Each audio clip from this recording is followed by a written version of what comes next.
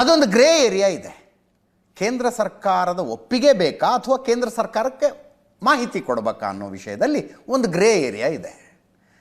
Legal opinion ತಗೊಂಡಿರ್ತಾರೆ ಇಂಥ ನಿರ್ಧಾರಗಳನ್ನು ತೆಗೆದುಕೊಳ್ಳುವಾಗ. ಈ ಹಿಂದೆ ತೆಗೆದುಕೊಂಡ ಲೀಗಲ್ ಒಪಿನಿಯನ್ ಪ್ರಕಾರ ಇಲ್ಲ, ಕೇಂದ್ರ ಸರ್ಕಾರದಕ್ಕೆ ಒಪ್ಪಿಗೆ ಕೊಡಬೇಕಾಗತ್ತೆ, ಗೃಹ ಇಲಾಖೆ ಒಪ್ಪಿಗೆ ಕೊಡಬೇಕಾಗತ್ತೆ ಅಂತ ಹೇಳಿದರು.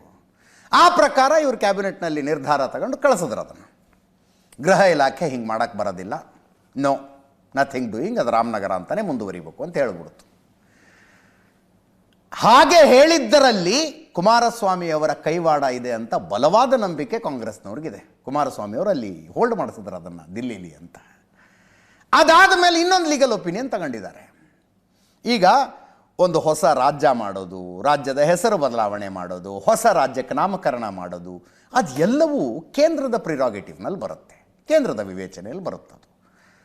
ಜಿಲ್ಲೆ ಮಾಡೋದು, ಹೊಸ ಜಿಲ್ಲೆ ಮಾಡೋದು, ಅದಕ್ಕೆ ತಾಲೂಕುಗಳನ್ನು ಸೇರಿಸೋದು, ಆ ಜಿಲ್ಲೆಗೆ ಒಂದು ಹೆಸರು ಇಡೋದು, ಇರುವ ಜಿಲ್ಲೆಯ ಹೆಸರನ್ನು ಬದಲಾಯಿಸೋದು, ಅದೆಲ್ಲ ಯಾರ ಪ್ರಿರಾಗೇಟಿವು? ರಾಜ್ಯ ಸರ್ಕಾರದ ಪ್ರಿರಾಗೇಟಿವು ಅಂತ ಲೀಗಲ್ ಒಪಿನಿಯನ್ ಬಂತು. ಕೇಂದ್ರ ಸರ್ಕಾರಕ್ಕೆ ಪರ್ಮಿಷನ್ ಕೇಳಬೇಕಾಗಿಲ್ಲ, ನೀವು ಮಾಹಿತಿ ಕೊಟ್ಟರೆ ಸಾಕು ಅಂತ. ಅದಕ್ಕೆ 2ನೇ ಸಲ ನಿನ್ನೆ ಪಾಸ್ ಮಾಡಿದ್ರು ಕ್ಯಾಬಿನೆಟ್ನಲ್ಲಿ. ಇನ್ನು ಮುಂದೆ ಬೆಂಗಳೂರು ದಕ್ಷಿಣ ಜಿಲ್ಲೆ. ನಿನ್ನೆನೇ ಹೇಳಿದೆ ನಾನು, ಸಾಮಾನ್ಯವಾಗಿ ಕ್ಯಾಬಿನೆಟ್ ನಿರ್ಧಾರಗಳನ್ನು ಕಾನೂನು ಸಚಿವರು ಬಂದು ಮಾಧ್ಯಮಗಳ ಮುಂದೆ ಎಕ್ಸ್ಪ್ಲೇನ್ ಮಾಡ್ತಾರೆ, ಎಚ್ ಕೆ ಪಾಟೀಲ್ರು ಮಾಡ್ತಾರೆ. ಬಟ್ ನಿನ್ನೆ ಡಿ ಕೆ ಶಿವಕುಮಾರ್ ಅವರು ಬಂದರು, ಇದು ಒಂದೇ ವಿಷಯ ಅನೌನ್ಸ್ ಮಾಡೋದಕ್ಕೆ, ಇನ್ನು ಮುಂದೆ ಬೆಂಗಳೂರು ದಕ್ಷಿಣ ಜಿಲ್ಲೆ ಅದು ಅಂತ. ನೇರವಾಗಿ ಕುಮಾರಸ್ವಾಮಿ ಅವರಿಗೆ ದೇವೇಗೌಡರ ಕುಟುಂಬಕ್ಕೆ ಟಕ್ಕರ್ ರೀ ಅದು, ದೇವೇಗೌಡರ ಕುಟುಂಬಕ್ಕೆ ಟಕ್ಕರು.